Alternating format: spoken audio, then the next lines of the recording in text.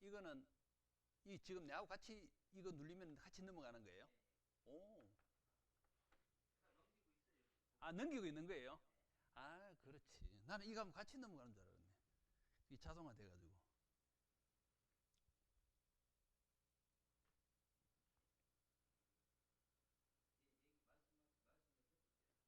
예. 여러분, 안녕하세요. 저는 인도네시아에서 온 최상익 선교사입니다. 반갑습니다. 되세요?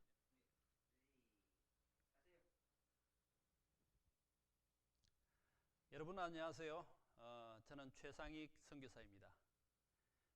제 자신에 대해서 먼저 잠시 소개한 다음에 제가 강의할 선교학에 대해서 함께 나누는 시간을 갖도록 하겠습니다.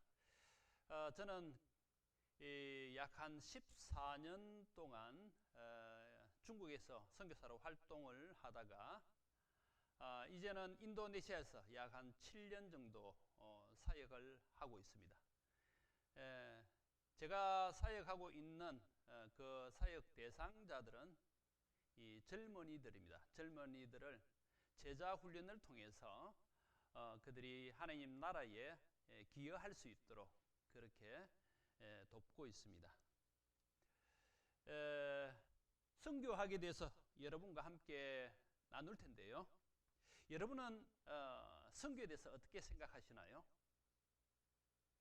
선교 여행을 혹시 가보신 적은 있으신가요? 아니면은 선교에 기여하신 적은 있으신가요? 많은 분들이 이 선교에 대해서 생각을 하고 있는데 이 선교는 특별히 부르심을 받은 사람들만 하는 것으로 인식을 하고 있습니다. 여러분은 어떻습니까? 특별히 부르심을 받은 사람들만 해야 하는가요? 아니면 모든 교회가 다 선교에 동참해야 할까요? 이런 여러 가지 질문들에 대한 답을 오늘 강의를 통해서 함께 배울 수 있을 것입니다. 특별히 제가 이번에 한국에 나올 기회가 있어서 여러분과 함께 선교에 대해서 나눌 수 있어서 참으로 감사하게 생각합니다. 그러면은 강의에 들어가도록 하겠습니다. 이 선교학 개론으로서 약 한 6가지에 대해서 함께 살펴볼 예정입니다. 먼저 여러분들이 이 강의에 들어가기 이전에 미리 이 강의 내용에 대해서 읽어오시면 좋겠습니다. 제1부 선교의 신학적 기초를 제가 강의하기 전에 여러분들께서 미리 읽어주시기를 바랍니다. 2부 선교의 역사에 대해서 강의를 듣기 전에 미리 읽어주십시오. 그렇게 함으로써 여러분이 좀 더 효과적으로 강의의 핵심을 장악하고 이해할 수 있을 줄 압니다. 먼저 6가지 부분으로 나눌 텐데요. 제1부는 선교의 신학적 기초입니다. 그리고 역사에 대해서 함께 살펴볼 예정이고요. 그리고 선교라면은 또 문화와 떼어놓을 수가 없습니다. 그리고 제4부로서 선교와 실천에 대해서 함께 살펴볼 예정이고요. 또 선교는 또 신학과 연관되어 있기 때문에 선교와 신학에 대해서 함께 살펴볼 예정이고요. 마지막으로 선교와 한국 교회에 대해서 함께 살펴볼 예정입니다. 자, 그러면은 제1부로서 선교의 신학적 기초에 대해서 함께 살펴보겠습니다. 먼저 선교학의 개념과 역사에 대해서 살펴볼 예정입니다. 선교학이란 무엇인가? 그리고 이 선교학 또한 다른 이 학문들과 연관이 있기 때문에 다른 학문들 사이에서 이 선교학은 어떠한 위치에 있는가? 거기에 대해서 함께 살펴볼 예정이고요. 또한 당연히 선교학의 역사에 대해서 함께 살펴본 다음에 결론을 내릴 예정입니다. 자, 그러면은 선교학이란 무엇인가? 이 선교학이라는 것은 그리스도의 지상명령을 따라서 교회가 수행하고 있는 하나님의 선교를 과학적으로 연구하는 학문으로서 하나님의 구속적 활동을 사회과학의 도움을 받아서 성서적으로, 신학적으로, 역사적으로 규명하는 학문이다. 그러니까 필히 따라야 할 것이 하나님 말씀이겠죠. 성경 말씀, 그리고 또 사회 과학의 도움이 필요합니다. 이렇게 해서 이러한 모든 것을 규명하는 학문이 바로 선교학이라고 정의할 수 있겠습니다. 이 선교학은 기독교 선교의 성서적 기원, 역사와 문화 인류적 원리 전략, 그리고 신학적 기초에 관한 자료를 조사하고 기록하고 적용하는 학문적 훈련이다. 적용까지 마땅히 해야 할 학문적 훈련인 겁니다. 자, 그러면은 선교학이 다른 학문들과 연관이 있는데 이 선교학은 어떤 위치에 있는가? 알란 티페트는 말하기를 이 선교학은 신학, 역사학, 그리고 인류학적 영역을 가지고 그 세 영역이 함께 만나는 지점에서 선교학이 존재한다고 규정했습니다. 그러니까 한 선교사가 선교지에 나간다고 한번 가정해 보십시오. 그는 당연히 신학을 가지고 있어야 되겠죠. 신학 없는 선교학 생각할 수 없는 일입니다. 그리고 그 땅에 있는 모든 사람들은 역사를 가지고 있지 않겠습니까? 당연히 역사학을 연구할 필요가 있는 겁니다. 또한 아울러서 우리는 사람을 대상으로 하기 때문에 사람에 대해서 알아야 합니다. 그렇기 때문에 인류학에 대해서 연구가 필요한 거죠. 만일 한 선교사가 신학을 모른다 그러면은 그 기능을 발휘할 수가 없겠죠. 또한 내가 이 복음을 전해야 되는데 사람에 대해서 굉장히 둔하다, 사람에 대해서 모른다, 센서티브하지 못한다, 그 나라 사람들에 대해서 문화를 알지 못하고 그 문화를 무시해버린다, 효과적인 선교가 가능할까요? 아마 불가능할 것 같아요. 그래서 이 신학과 역사학과 인류학이 함께 어우러진 자리에 선교학이 존재한다는 말입니다.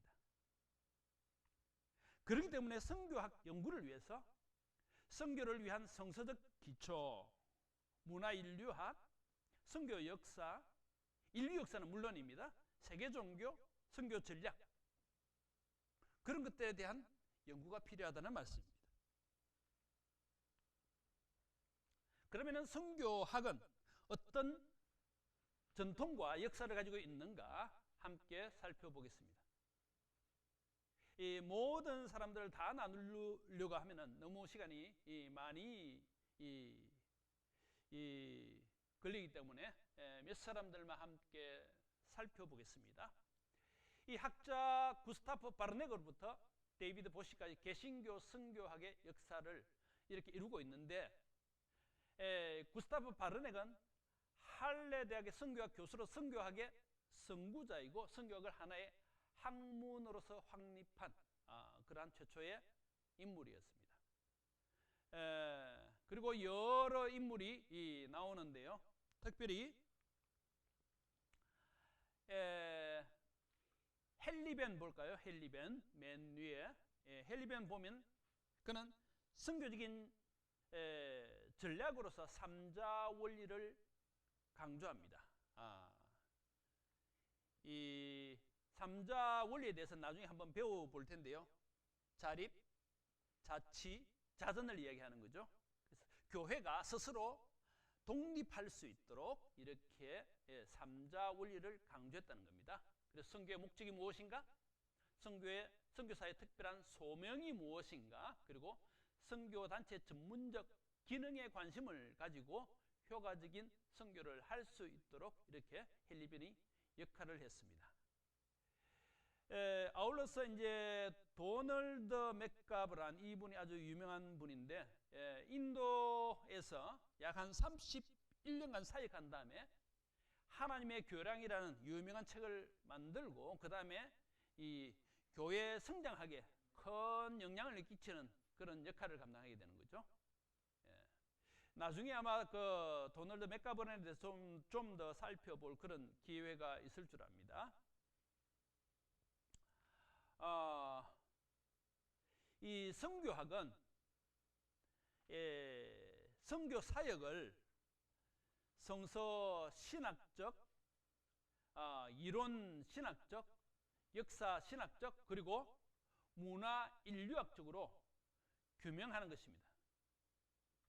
선교학의 과제는 선교의 전제, 동기, 구조, 방법, 협력의 방식, 그리고 리더십을 과학적이고 비판적으로 연구하는 것이다. 그러니까 그냥 단순하게 이 이론으로만 그쳐서는 안 되고 그것을 실제로 실행할 수 있도록 이렇게 하는 것이 필요할 것입니다. 제2장에 들어가서 이 구약에서 본 선교에 대해서 함께 살펴보겠습니다. 여러분은 어떻습니까? 구약에서 선교에 관한 그런 내용을 보았나요? 그런데 성경을 자세히 보면 구약에서도 이 하나님의 마음이 드러나 있는 것을 보게 됩니다. 이방 민족들을 향해서 선교하기를 원하는 하나님의 열망을 볼 수 있습니다. 비록 하나님께서 일찍이 아브라함을 택하시고 이스라엘 민족을 통해서 이렇게 하나님의 뜻을 나타내지만 수많은 사람들이 이 하나님의 뜻을 잘 알지는 못해요. 하나님께서 왜 이스라엘 민족을 택하셨을까요? 이스라엘 민족을 통해서 주위에 있는 많은 다른 하나님을 알지 못하는 민족들이 주님께로 돌아오기 위한 목적이 있습니다. 그렇지만 이 이스라엘 민족은 그 하나님의 목적을 알지를 못했죠. 그래서 그들은 선교의 기능을 제대로 발휘하지 못한 국가가 되고 마는 겁니다. 왜냐하면 구약 속에 담겨 있는 하나님의 마음을 몰랐거든요.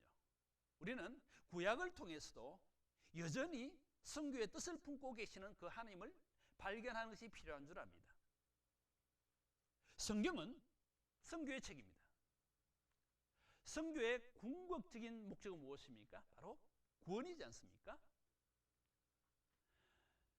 성경은 구원의 책이기 때문에 성경은 선교를 위한 책이라고 할 수 있습니다. 이 구약 성경에 보면 특별히 성부 하나님의 모습이 두드러지게 드러나죠. 우리가 물론 예수님 오신 이후에 삼위일체 하나님에 대한 명확한 컨셉을 가지게 되는데 구약에서도 여전히 삼위 하나님께서 여전히 계시다는 사실을 우리가 알 수 있지 않습니까? 그렇지만 구약 성경에서 두드러지게 드러나는 하나님은 성부 하나님입니다. 복음서는 성자 하나님께서 바로 예수님께서 선교하시는 모습을 보여주고 있습니다. 이 사도행전은 성령 하나님의 선교하시는 모습을 보여주고 있습니다. 그리고 서신서는 교회가 선교하는 모습을 보여주고 있습니다. 또 계시록은 바로 선교의 완성으로서 완성한 이후에 하나님을 예배하는 모습을 보여주고 있습니다. 그래서 모든 성경은 선교를 중심으로 볼 때 선교하기를 원하는 하나님의 열망을 보여준다고 볼 수 있습니다. 자, 그러면은 선교의 원인과 동기를 창세기 1장에서 11장까지를 통해서 함께 살펴보겠습니다. 창세기 1장부터 11장까지 우리가 보편 역사라고 그러죠. 이 보편 역사에서 보편 역사 혹은 원역사라고 그러는데 이 보편 역사에서 하나님은 범죄한 인간들을 끝까지 사랑하시고 구원하시기를 원하시는 것을 볼 수 있습니다. 이 성경은 이러한 하나님의 사랑과 구원의 계획을 이루어가는 모든 과정을 기록한 책이죠. 먼저 이 하나님의 창조와 인간의 타락을 통해서 하나님께서는 그 타락한 인간들이 회복되기를 원하는 것을 보여주고 있습니다. 그래서 그들이 하나님의 영광에 동참하게 되고, 그래서 회복되기를 원하는 그러한 내용을 기술하고 있기 때문에 그 내용을 통해서 우리는 선교의 당위성을 알 수가 있습니다. 왜 선교해야 되느냐? 타락한 인간이 회복되기 위해서는 선교를 통하지 아니하고는 그들이 돌아올 방법이 없기 때문에 그렇습니다. 두 번째로 하나님의 사랑과 인간에 대한 동정인데요. 아담에게 나타나신 하나님, 가인에게 자신을 나타내신 하나님, 또 노아를 구원하신 그 하나님은 동정심이 많으신 하나님이십니다. 그분은 자비하심과 동정심으로 그들을 구원하셨습니다. 이 자비하심과 동정심 자체가 선교의 동기인 겁니다. 하나님께서 범죄한 아담과 하와에게 가죽옷을 입힌 사건이나 노아 가족에게 방주를 예외하신 그러한 사건을 통해서 하나님의 사랑과 동정을 볼 수 있다는 겁니다. 그래서 특별히 선교하는 사람들, 또한 목회하는 사람들은 이 하나님의 마음을 간직하는 것이 너무 중요한 것 같아요. 하나님의 마음을 잃어버린 목회자, 하나님의 마음을 잃어버린 선교사, 굉장히 위험할 수 있습니다. 그래서 그 동기에서, 그 마음 속에서 하나님의 사랑이 그 동기가 되어서 이대로 놔두면 이 어떻게 할 것인가, 저 영혼 주님을 모르면 어떻게 될 것인가, 그 결과를 먼저 아니까 그들을 주님께로 돌이키게 해야 되겠다. 이것이 바로 선교의 동기가 되어야 된다는 말씀이죠.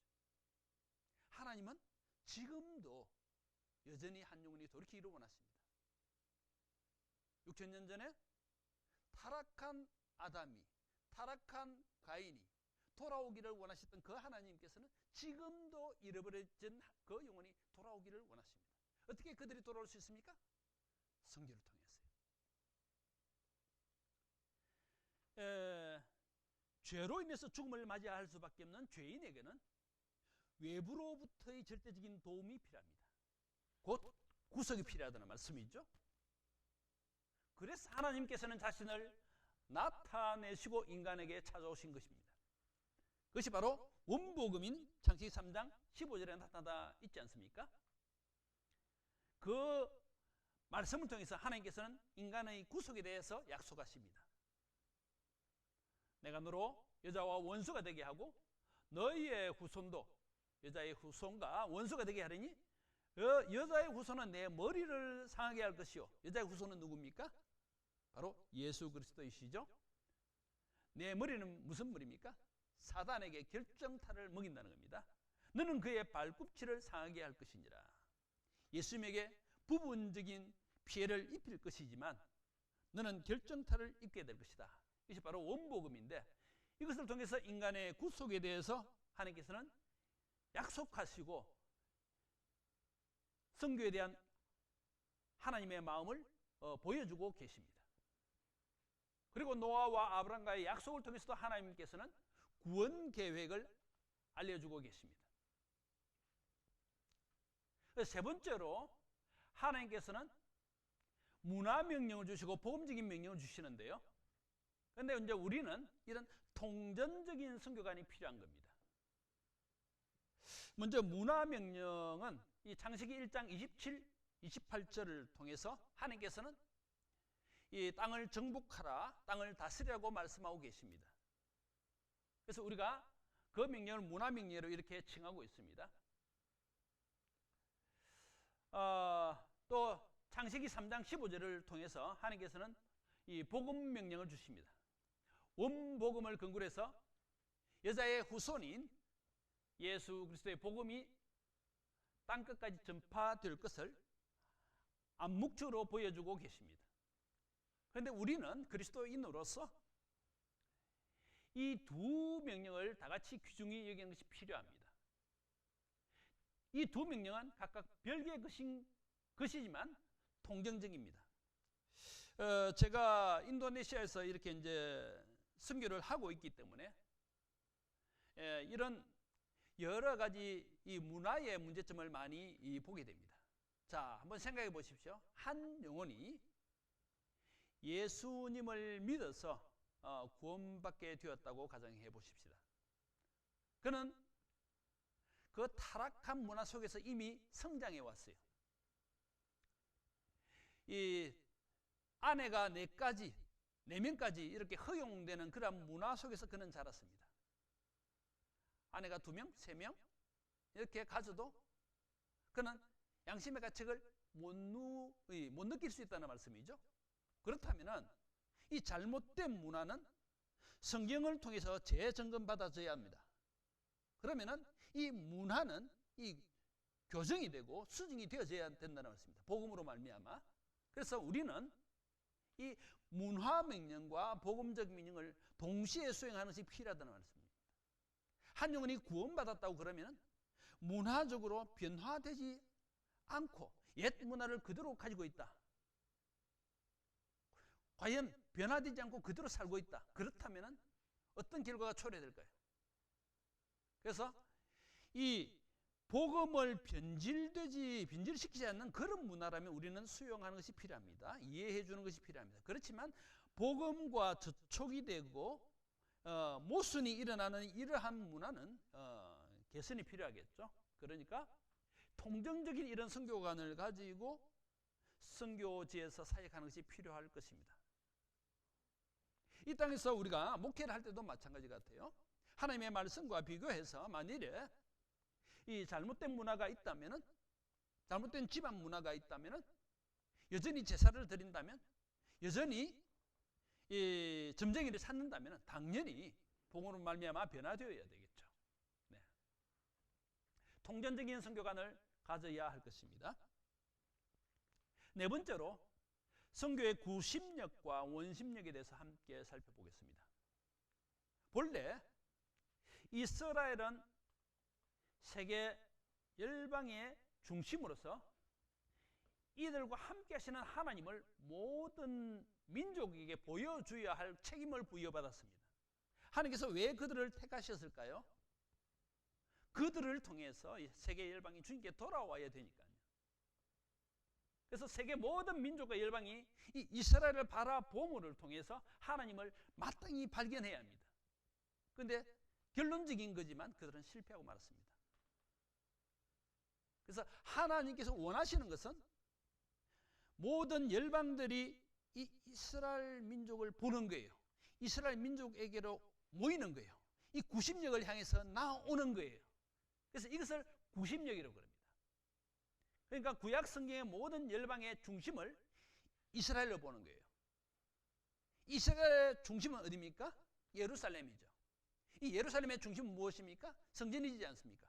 그러니까 다니엘 같은 경우에 하루에 3번씩 창문을 열고 이스라엘을 향해서, 예루살렘을 향해서 기도했지 않습니까? 그처럼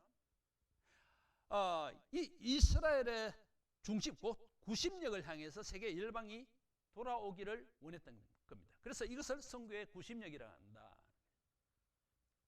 이 출애굽기 19장 6절에 보면은 하나님께서는 이스라엘 민족을 들어서 말씀하시기를 너희는 마땅히 제사장 나라가 되고 거룩한 백성이 되어야 된다는 거죠.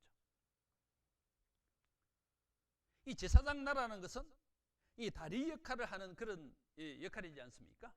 그래서 하나님과 열방 사이의 다리 역할을 해야 할 그러한 제사장 나라가 되어야 한다. 그리고 성품적으로 그들은 마땅히 거룩한 백성이 되어야 한다. 그럼을 통해서 열방들이 이스라엘 민족을 바라봄으로 그들이 주님께로 돌아와야 한다는 거죠. 이 구약에서의 이스라엘의 이런 특수주의는 신약에서 온 인류의 구원이라는 보편주의로 나가게 됩니다. 이 이스라엘과 그 자손들이 받게 될 복과 은혜를 구심력이라고 본다면 이 복으로 말미암아 천하 만민을 향해서 나아가는 힘을 원심력이라고 하는 거죠. 밖을 향해서 나아가는 겁니다.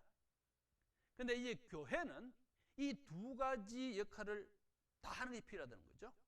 그러니까 우리가 잘 아는 대로 모이는 교회와 흩어지는 교회로서의 역할이 필요한 겁니다. 모여서 어떻게 합니까? 예배 드리는 거죠. 힘을 공급받는 거죠. 그리고 나아가서 어떻게 하는 겁니까? 선교해야 되죠. 영향력을 입혀야 되죠.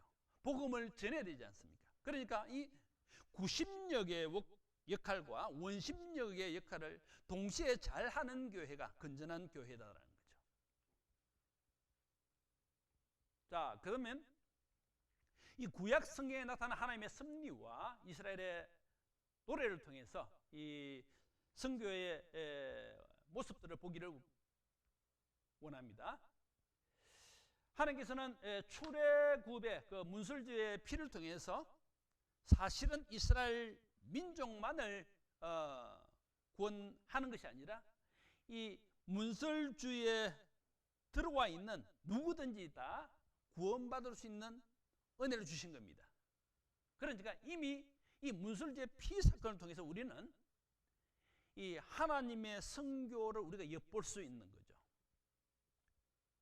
또한 이 기생 라합의 신앙 고백이 있지 않습니까? 기생 라합은 그야말로 이방인이었고 그야말로 아주 천한 여인이었지만 그의 신앙 고백을 통해서 그는 구원받는 구원의 반열에 참여하게 됩니다. 이를 통해서도 우리는 하나님의 선교 사상을 볼 수 있다는 거죠. 선지자들은 어떻습니까?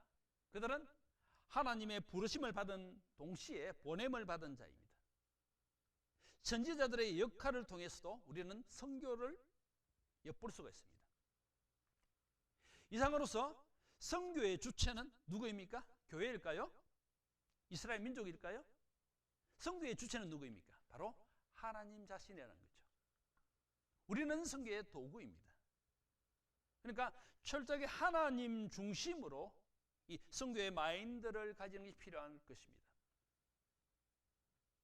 자, 3장에 들어가서 우리는 신약에서 본 선교의 모습을 함께 살펴보기를 원합니다. 자, 이 팔트 프라이타그가 말하기를 이 기독교는 선교하는 교회 공동체이든지 만일 그렇지 못하다면 신약 성서가 말하는 예수 그리스도의 교회가 되는 것을 포기해야 한다. 그리스도의 삶이나 예수 그리스도와 연합한 어떤 삶도 선교의 사명이 없이는 존재할 수가 없다.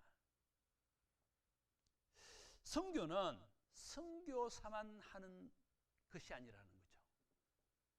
선교의 기능을 잃어버린 교회는 이미 교회로서의 기능을 발휘하지 못한다는 거죠. 여러분 앞으로 어떤 교회를 세우기를 원하십니까?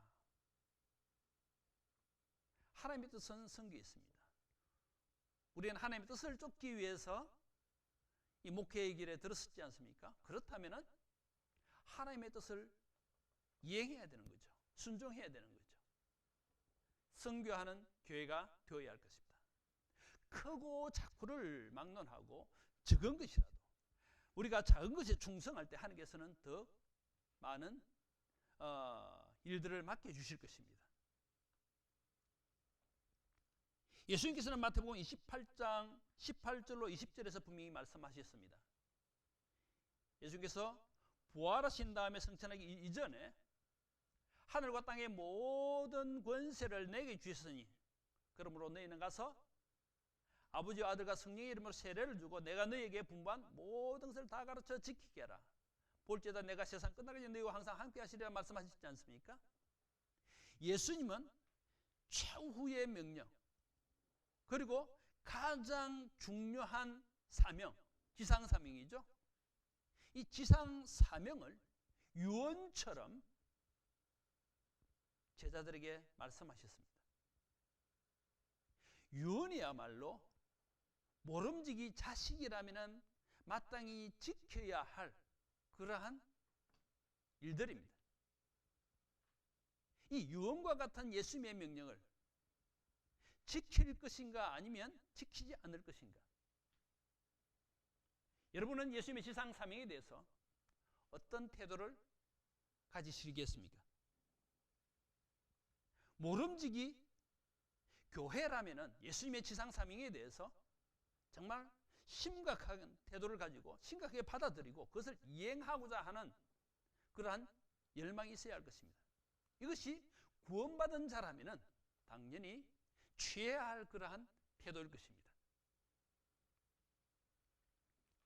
신약 성서의 선교에 대한 이해는요, 선교는 이 하나님으로부터 보내심을 받았다는 사실에 그 근거를 두고 있습니다.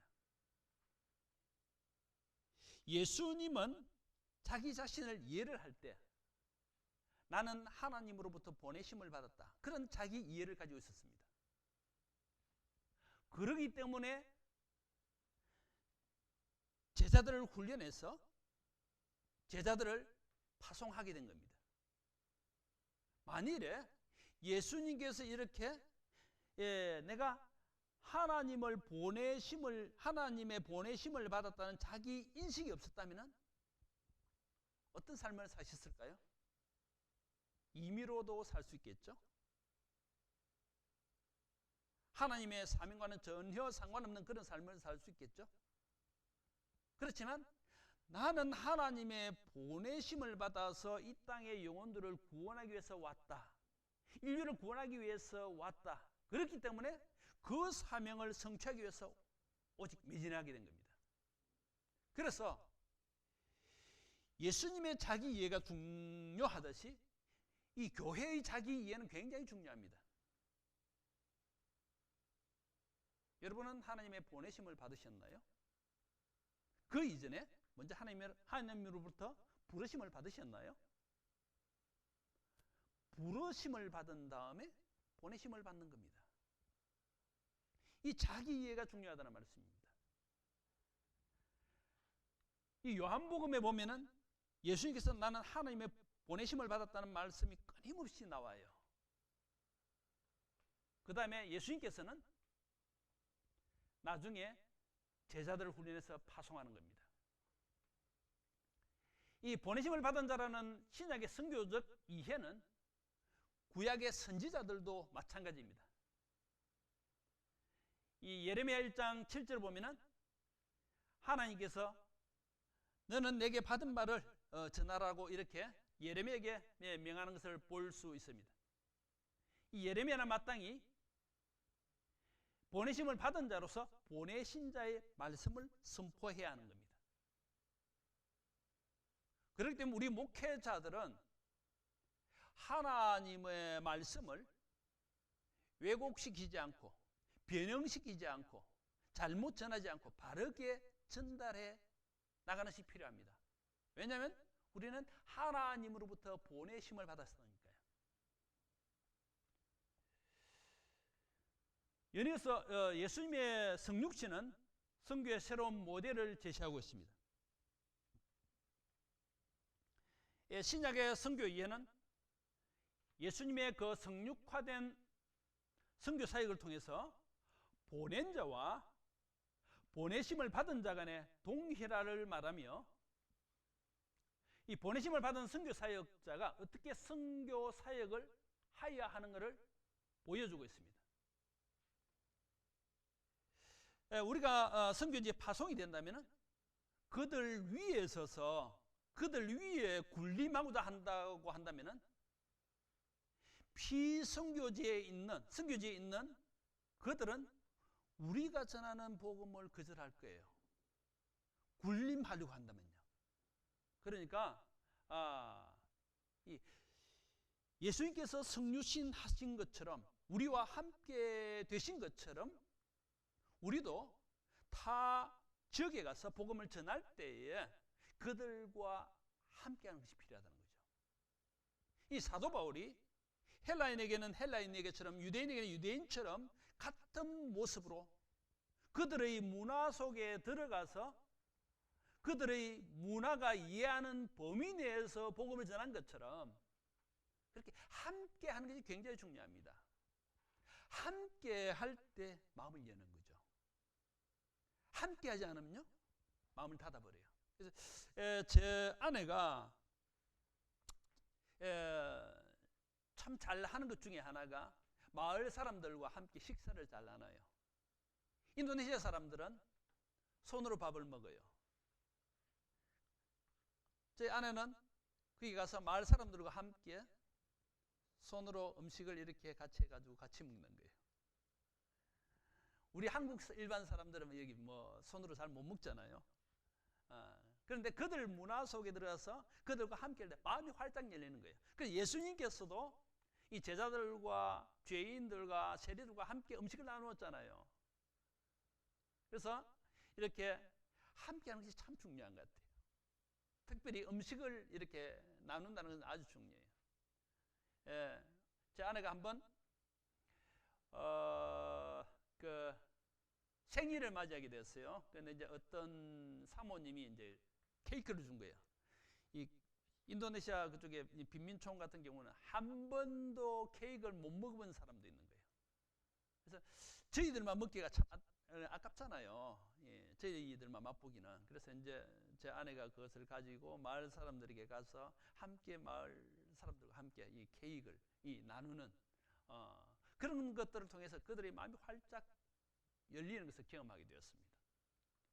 제가 이제 그 학생들과 이렇게 이제 사역을 하다 보니까 특별히 좀 이렇게 자주 하는 게 뭐냐면 늘 음식을 함께 나눠요.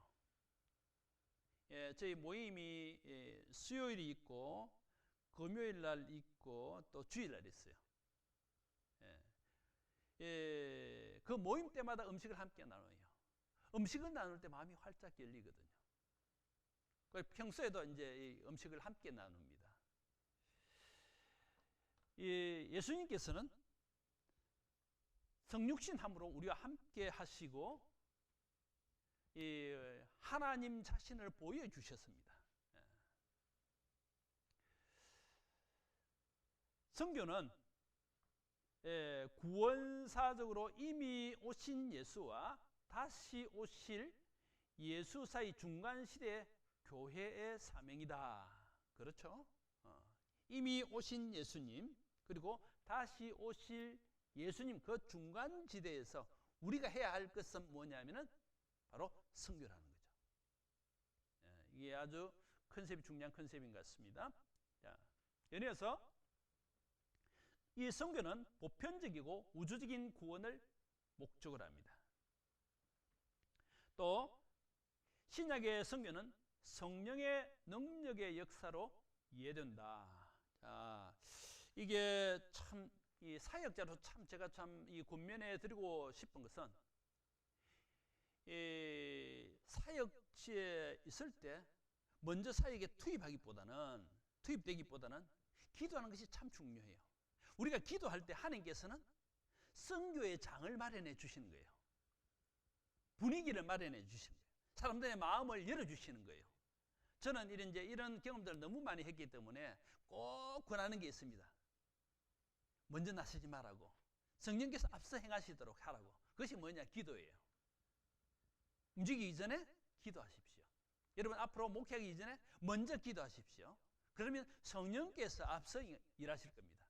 그러면 우리는 뒤따라가면 가서 움직이면 되는 거예요.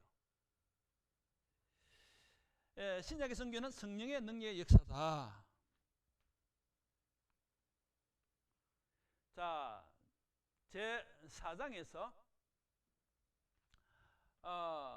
이 교회와 선교에 대해서 함께 살펴보겠습니다. 이 선교는 교회의 사명 중 하나의 부분적인 영역이 아닙니다.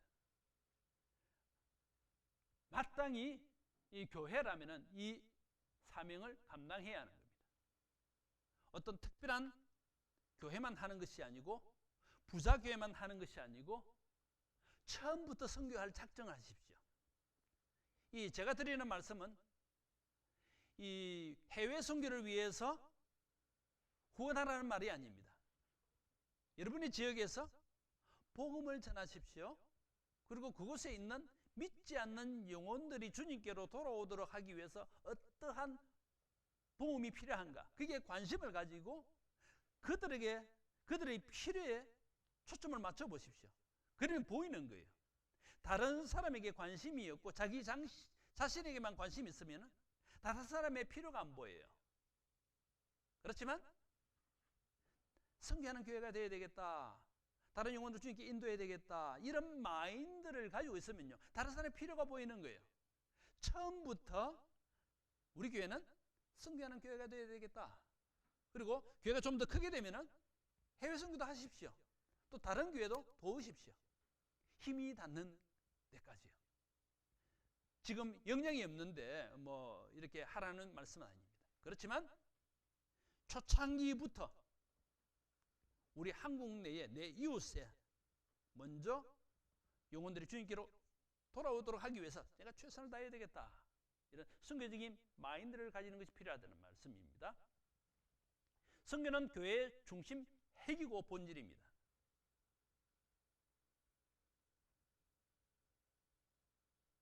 선교 중심으로 모든 교회 프로그램을 움직여 나십시오. 어떻게 하면은 복음을 전할 것인가? 그냥 이렇게 이제 뭐 커피 한 잔 나누죠. 그것도 괜찮아요. 그렇지만 중요한 것은 어떻게 하든지 이 교인들이 이웃에게 관심을 가질 수 있도록 접촉점을 마련해 가지고 그들이 그리스도의 사랑을 경험할 수 있도록 교인들을 훈련하는 것이 필요합니다. 이 교인들이 한 명이든 두 명이든 그것이 중요한 것이 아니라, 많은 것이 중요한 것이 아니라 한 명이다 할지라도 이 교인들이 제 역할을 감당할 수 있도록 그들을 훈련하는 것이 필요합니다. 사명을 안겨주는 것이 필요합니다. 선교는 교회의 핵심적인 그러한 일이니까요. 본질이니까요. 이 마지막으로 교회의 일치와 성결은 선교로 동력화되어야 한다. 다른 교회와의 일치, 그리고 교회는 거룩해야 합니다. 만일에 교회가 거룩성을 잃어버린다면 어느 누구도 교회의 매력을 느끼지 못할 것입니다. 이 베드로전서 3장 15절에 베드로는 권면합니다. 너희 자신을 거룩하게 하고 너희가 가진 소망에 관한 이유를 묻는 자에게는 대답할 것을 예비하라는 거죠. 무슨 말씀이냐면 우리가 자기 자신을 거룩하게 하면은 언젠가는 다른 사람들이 우리에게 무슨 소망이 있기에 그렇게 거룩한 삶을 사느냐, 무슨 소망이 있기에 우리와 다른 삶을 사느냐, 이렇게 묻는다는 거죠. 질문한다는 거죠. 그래서 그 질문을 미리 준비하라는 거예요. 그러니까 그 질문을 듣기 이전에 먼저 필요한 것은 뭐냐면은 거룩한 삶을 살라는 거예요. 거룩한 삶을 살지 않는 성도에게 어느 누구가 매력을 느끼겠습니까? 먼저 목회자부터 깨끗한 삶을 살아야 할 것입니다. 우리 자신이 깨끗한 삶을 살 때 우리와 함께하는 성도들이 그 영향을 받아서 깨끗한 삶을 살고자 하는 그런 욕구가 일어날 것입니다. 저는 특별히 여러분에게 권면하고자 합니다. 목회자 한 사람이 너무나 중요해요. 사역자 한 사람이 너무나 중요해요. 선교사 한 사람이 너무나 중요해요. 한 사람이 자기 자신을 죽일 때 수많은 결실을 하게 되는 것을 보게 됩니다. 내가 내 자신의 이익을 챙길 때 내 하나만 죽는 것이 아니라 주변 사람들을 죽이고 마는 겁니다. 그렇지만 내가 내 자신을 희생하고